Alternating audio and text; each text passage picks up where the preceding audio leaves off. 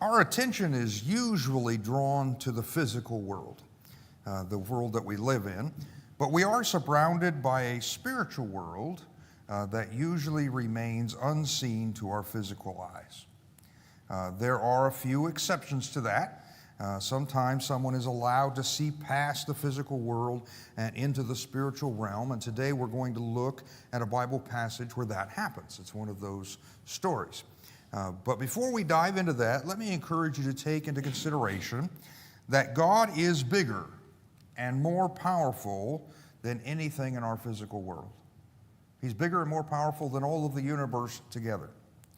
Our trusting Him, no matter how things look from a human point of view, is what we are called to do in our walk of faith. We are to walk by faith. In fact, the Apostle Paul put it this way. This is 2 Corinthians chapter 5, verse 7. He says, "For we walk by faith, not by sight." We walk by faith, not by sight. No matter how things look in the world around us, we continue walking with Jesus because we trust Him. If you're having a bad week, things have been rough, you keep walking with Jesus. We trust Him. We trust His promises. We trust where He is leading us more than we trust what we see in the world around us. That is what it means to walk by faith. Now, there's a great line in an animated movie I watched when I was young called An American Tail. Maybe you've seen that good old movie. The villain in this is a cat. Of course, the main characters are mice, so that makes sense. He's a cat. But he's actually a really small cat who's disguised as a big rat.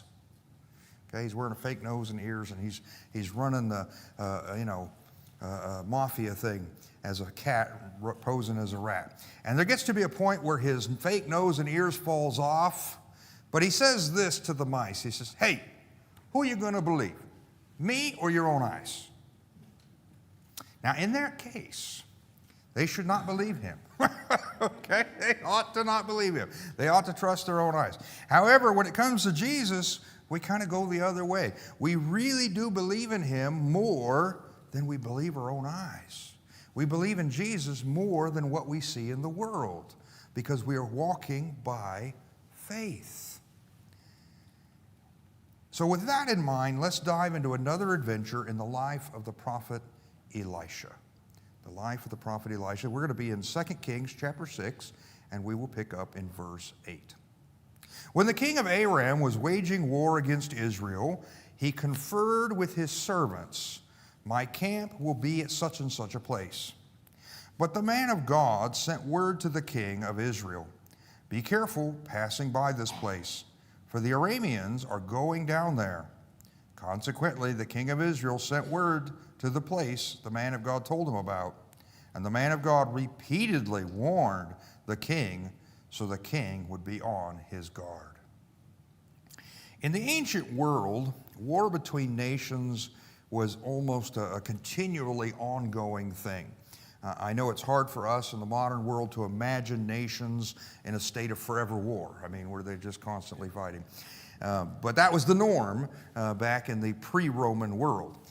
They would just have certain times of the year they'd go out to war. It was the thing to do. However, war did not always consist of large armies invading each other to permanently conquer territory. That did happen. There were moments where that would happen. But there were also wars often took the form of raiding to weaken an enemy's defenses. You'd raid a certain spot to weaken them, or pillaging the enemy territories. Now, for most of us at our age, pillage has a whole different meaning to the word. Okay, you didn't get that one. That's okay.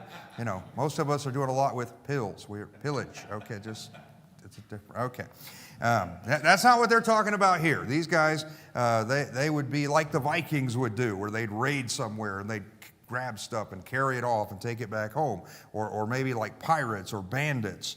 But they were sent by the king for the purpose of attacking the enemy. We see this kind of back in the biblical days of Elisha.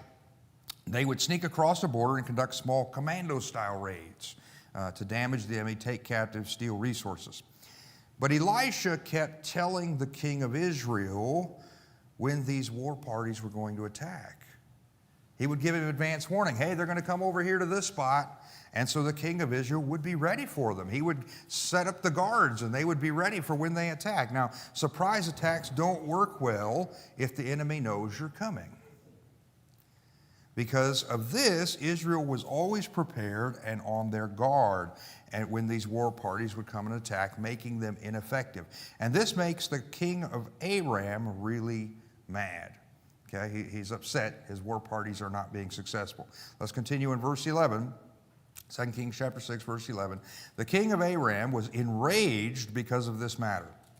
And he called for his servants and demanded of them, tell me, which one of us is for the king of Israel? One of his servants said, no one, my lord the king. Elisha, the prophet in Israel, tells the king of Israel, even the words you speak in your bedroom. So the king said, go and see where he is, so I can send men to capture him. When he was told, Elisha is in Dothan, he sent horses, chariots, and a massive army there, and they went by night and surrounded the city. How could Israel know Aram's every move before they make it? The king of Aram makes the accusation that there must be a spy.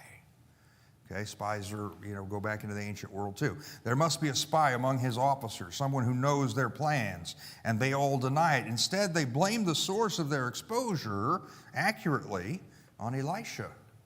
The prophet Elisha, he knows what you're doing before you do it. He's telling the king of Israel. Elisha's reputation for God revealing to him what was happening was so legendary that they claimed he could know the things whispered in the privacy of the king's bedroom. He knows everything. We can't fool him. And the king of Aram wants to put a stop to this. So he came up with a plan. He would send his army to sneak up on Elisha and capture him. Now, if you stop and think about that plan just for a moment, you will see this must be one of the funniest spots in the Bible. They have a problem. Their enemy knows every move they make before they make it.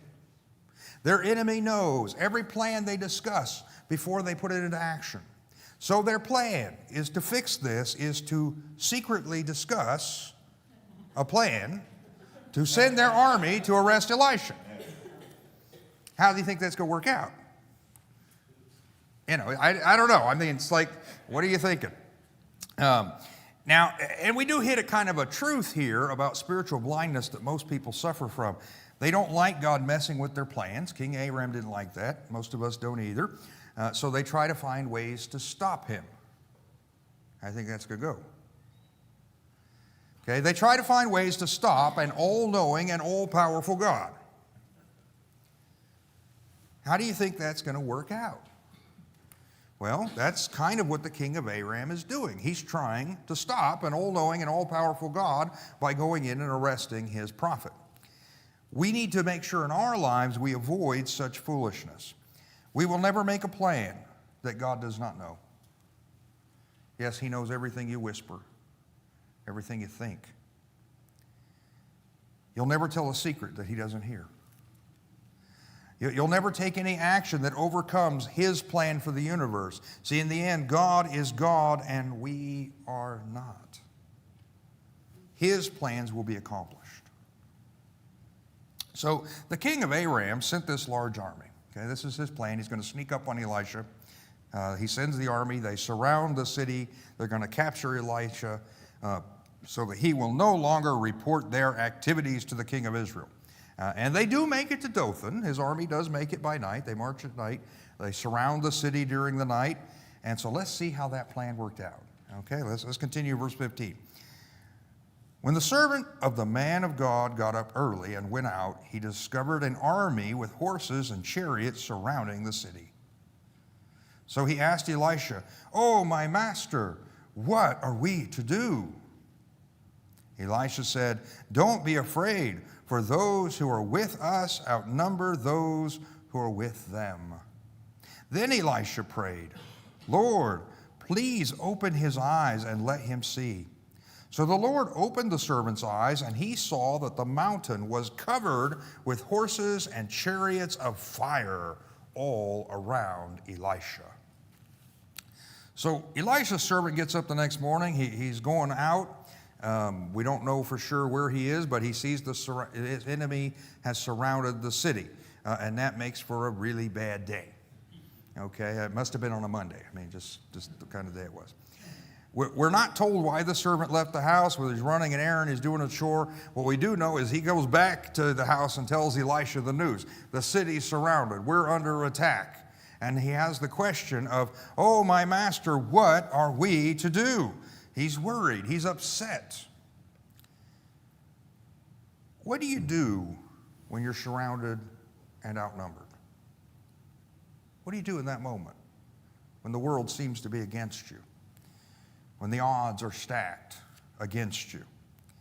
Well, Elisha tells his servant, don't be afraid. Don't be afraid.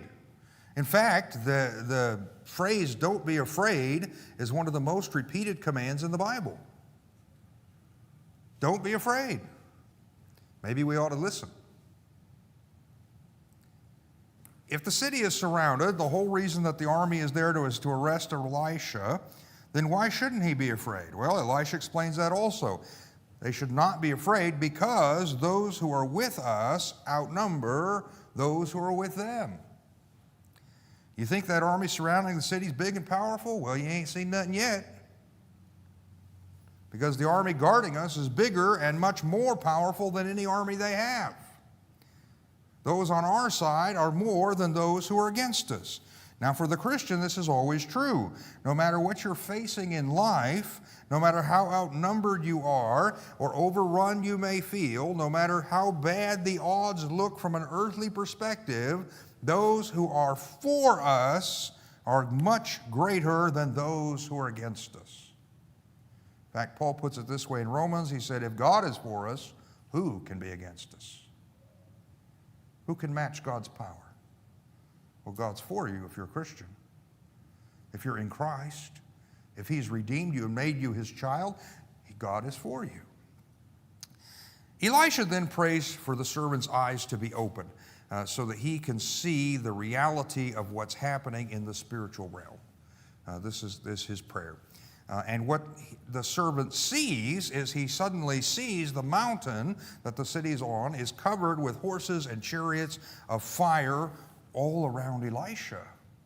Elisha has his own bodyguard, his heavenly bodyguard. This heavenly army surrounding him is bigger and far more powerful than the human army that's coming against the city. For this moment, this servant gets a glimpse into the spiritual realm and sees the reality of what's going on. It's one of those rare moments where he's allowed to see this behind the scenes. It's not that the army of fiery horses and chariots showed up at this moment. They were already there. It's that this servant was suddenly able to see. Elisha didn't say, God, send an army to defend me. No, the army's already there. Elisha said, Lord, open his eyes so he can see what you're doing. And he suddenly was able to see the army that had been surrounding Elisha the entire time. We do not normally have this blessing, but I suspect for many of us, the ability to see into the spiritual realms would be such a heavy weight that it would be more of a curse. What would it be like to see everything going on in the spiritual realms? Well, you probably couldn't live a normal life in the world.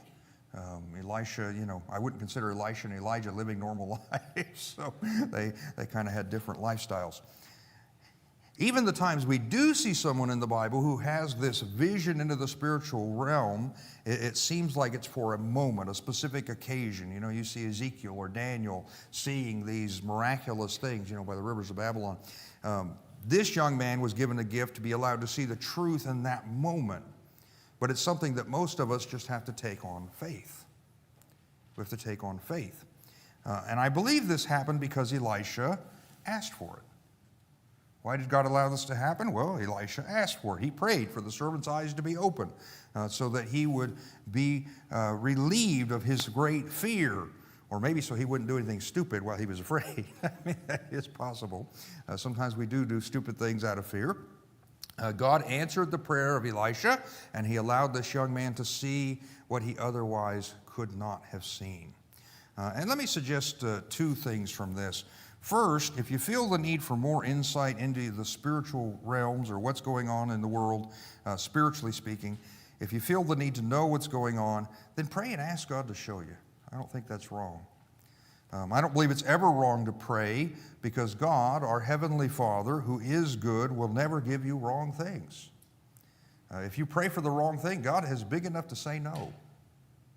Okay? He'll tell you no. I've had God tell me no lots of times. So don't be afraid to pray for something. Put it in God's hands. Take it to the Lord and say, Lord, if it's your will, let me see this. And he may not, or he may.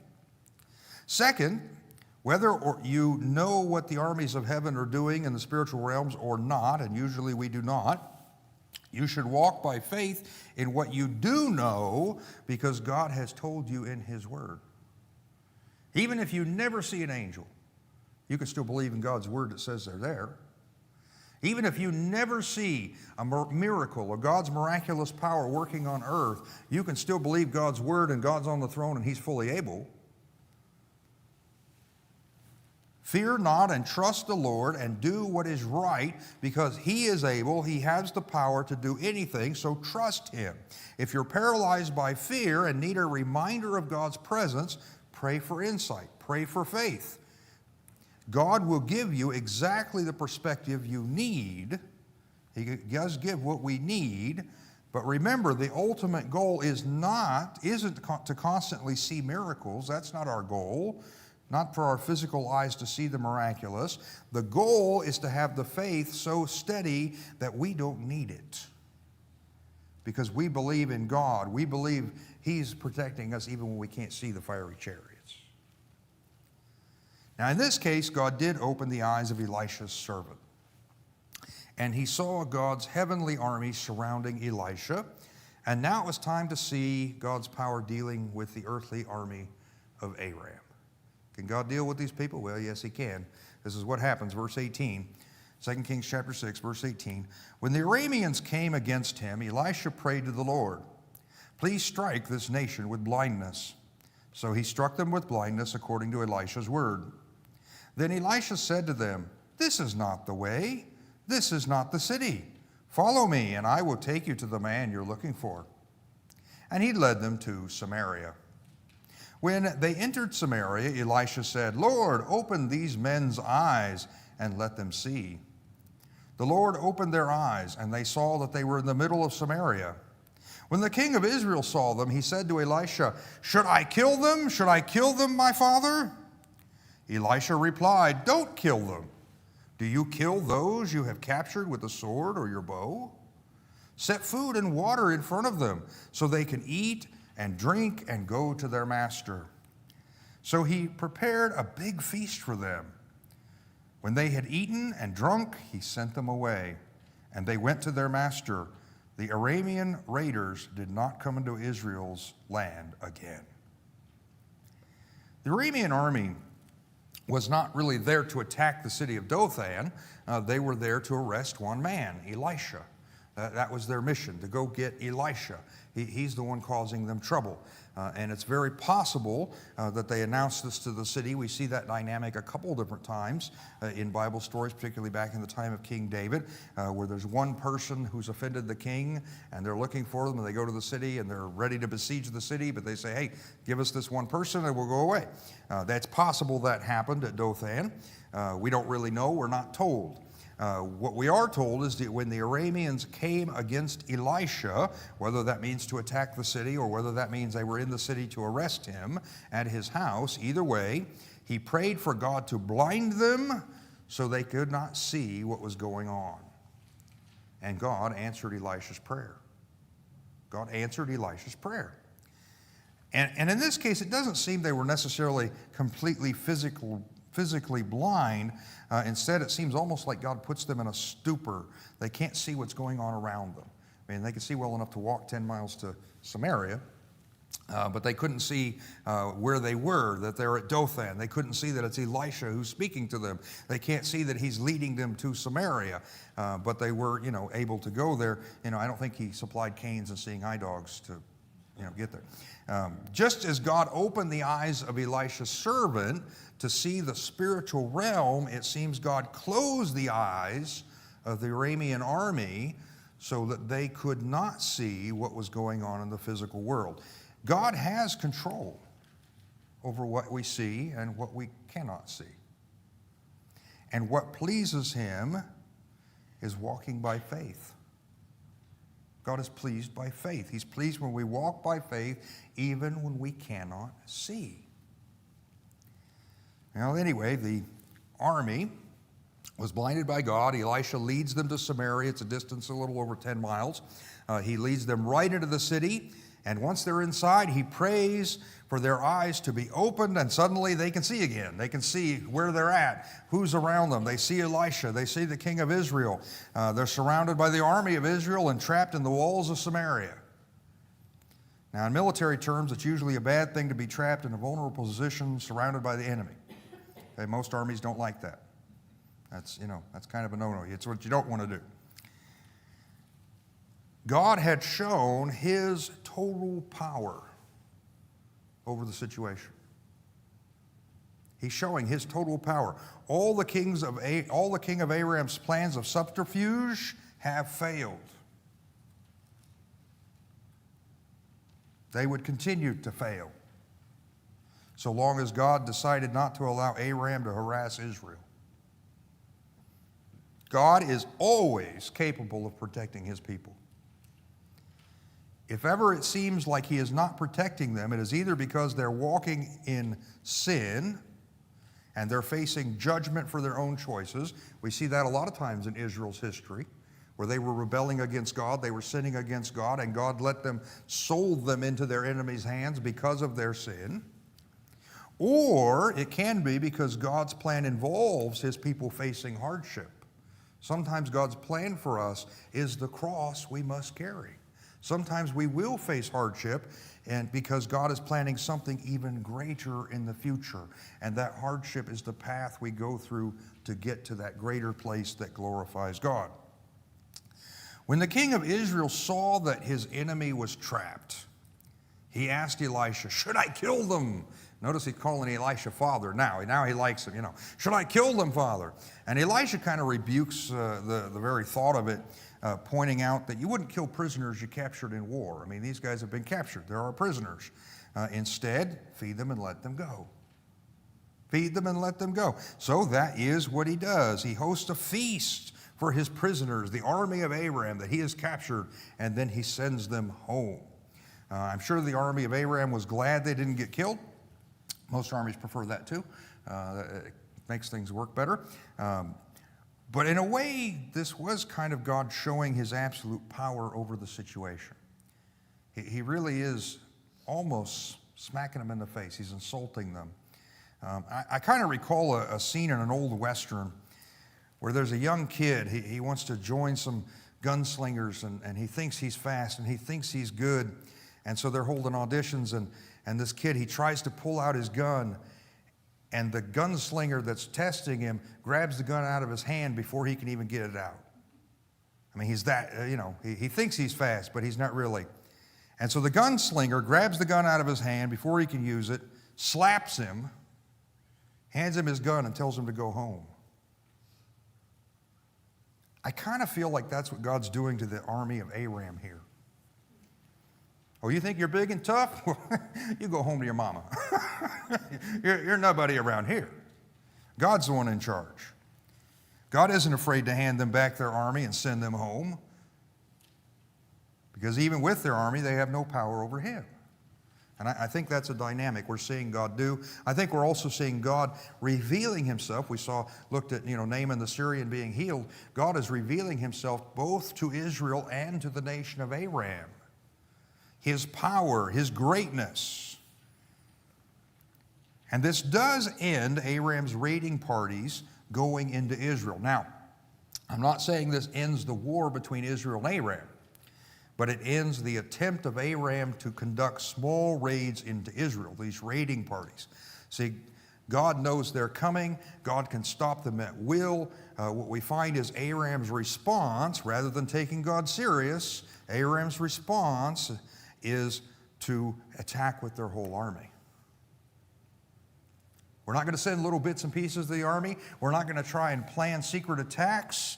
We're not going to do all these little raiding parties. We're going to take the whole army to do the job. That's what you see Aram's response is. Rather than respecting the Lord, they try and do more to be stronger. And so God had taken this opportunity to show both the king of Aram and the king of Israel, he's the one in control, not either of them. The physical world and all of its power are nothing compared to the spiritual world that is governed by God. Unfortunately, it is a lesson that both kings will quickly forget. Neither of these kings get right with God. Neither of these kings do what is right. Now, here's, I think, where we ought to take some notice. We are called to walk by faith, not by sight. We live in and see this physical world that's around us, but we usually do not see the spiritual world, the spiritual realms, what's happening in them. And I suspect for many of us, seeing the constant warfare in the spiritual realm would be overwhelming. God protects us by not letting us see it. He protects our minds by keeping it hidden so we can have peace simply trusting Him without needing to see the battle. However, regardless of what we see in the world around us, we need to keep in mind that the spiritual world is real and God is in control. God is in control. He has the power to intervene in the affairs of men. His spiritual army is greater than any army on earth, and His spiritual power can overcome all the physical problems we are facing. There is no physical, earthly problem that God cannot overcome. What seems to have been the trigger of activating that spiritual power in this story was prayer. Prayer. When his servant was scared of the enemy, Elisha prayed. He prayed for God to let him see the real situation, and God answered by opening his eyes. When the enemy army was surrounding them, Elisha prayed. He prayed for God to blind that army, and God made it so that they could not see what was going on. This allowed Elisha to lead them into a trap. When it was time for the trap to spring, Elisha prayed. He prayed for their eyes to be opened again, and they were. Each step of God's miraculous intervention, saving Elisha, saving Israel from the army of Aram, was enacted by prayer. Elisha prayed, God answered. You see a pattern? If you want God's intervention in your life, if you want Him to save you from your problems, if you want Him to show His power in the world, you might just try asking Him. Remember, James said, you have not because you ask not. Try praying. See what happens. Take it to God. Ask Him for it. Ask Him to do something great. What's He going to say? Now, if it's the wrong thing, He'll tell you no. If it's the wrong thing, God won't do it. But if it's the right thing, God will do it. Let Him make the decision. Trust Him. Put it in His hands. Don't decide for Him what He can and can't do or will or won't do. But take it to God. Put it in His hands and let Him decide. And this sort of reminds me of a story about a missionary who went by the name of Brother Andrew. He often worked under that name because he was often smuggling Bibles into countries where they were illegal. He spent much of his ministry smuggling Bibles into communist countries, East Bloc countries, then later even into some Islamic countries. And one occasion at a Romanian border, he was in line to go through the border, and he watched the guards in front of him spending over an hour tearing the cars apart in front of him. I mean, disassembling it, searching inside, removing seats, dismantling engine parts, just to make sure there's nothing hidden. Nobody's smuggling anything. And he realized he wasn't going to be able to hide his massive cargo of Bibles. I mean, his car is full of Bibles. Andrew simply left a few just plainly on the seat where they could see him. The others were somewhat under a blanket. And he prayed for a miracle. He prayed, Lord, when you were on earth, you made blind eyes see. Now I pray, make seeing eyes blind. Do not let the guards see those things you do not want them to see. When his term came, the guards glanced casually into his car, looked at his passport, and simply waved him through. There were several occasions where he drove straight through border checks with cars full of Bibles. And it was like the guards couldn't even see that the Bibles were there. Even when they looked through the window, even when they opened the door, they couldn't see them. See, God is just as powerful today as he was in Elisha's day. But if you want to see that spiritual power working in the physical world that we live in, you must pray and ask for it. You might also have to step out in faith and trust God to answer. God was working through Elisha to create revival in Israel. And even though Israel never completely turned back to God, there were pockets of revival. Okay, now I wish their nation had turned wholly back to God. They didn't. But there were pockets of revival. We see these people who, during Elijah's day, there was like no one. And by Elisha's day, we're seeing certain pockets in certain towns of people turning back to the Lord. There's a movement within the nation. And there's times where even the wicked kings of Israel are starting to listen to God's word and starting to take the prophet Elisha seriously. We see this in his ministry. If we want to see revival in our own nation, then it's going to take people of faith who are willing to risk everything to trust God. We are going to have to pray for God to act and then trust that his unseen spiritual forces are at work. You may not see the chariots of fire, but you better trust God's taking care of it. We must trust him in what we cannot see, more than we trust the things that we can see in this physical world. In fact, I'll challenge you, a good place to start, you trust what you read right here more than you trust what you hear on the news. Because I'm going to tell you, a lot of stuff you hear on TV, that's garbage. A lot of stuff you hear on YouTube, that's garbage. Other than my videos, those are good. Okay, but you know, trust what God has to say more than what the world has to say.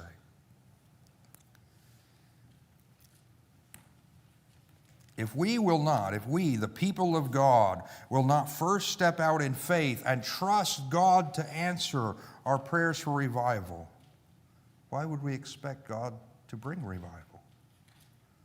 See, God may, in our prayers, he may answer our prayers giving us moments of clarity so we can see some spiritual element of what he's doing in the world. But to live with true spiritual vision is not just the moment of seeing a miracle. It's learning to walk with our eyes on Jesus. We are learning to walk by faith, not by sight. You're learning to trust him more than you trust the things you see in the physical world. And right now, I believe that is what we need most. To trust Jesus. To put our faith in Jesus. Now, I've been praying for God to revive our nation. I pray he will bring America back to God. I want to see that. I want to see our nation doing what's right. And I think America's 250th birthday, this is a great opportunity to make that happen. I hope when you're 250 years old, you get right with God. Okay? It's a good time for that to happen. But I know from what I see in Scripture, If we want to see our nation turn back to God, then we have to lead the way. We, the people of God, have to wholeheartedly follow Christ. We need to walk by faith. We need to trust the power of Jesus to save us more than we fear the difficulties of the world that oppose us. We will face opposition. Here's Elisha. He's doing God's work. He's warning the king of Israel. You know, the enemy's going to be attacking you here. Guess what? The enemy didn't like it. We start reaching people for Jesus, guess what? The enemy out there is not going to like it. We will face opposition, but will we trust Jesus more than we fear the world? That's what we must do. So will we do that today? Will we choose to walk by faith, putting our faith in Jesus? Thank you for watching this video. If you live in the greater Phoenix area, we would love to have you come and worship with us in person any Sunday morning at 9:30 a.m. The Meadows Baptist Church is located at 3701 West Beardsley Road. That's the side road of the 101 just west of 35th Avenue. We would love to have you pop by as we celebrate Jesus together.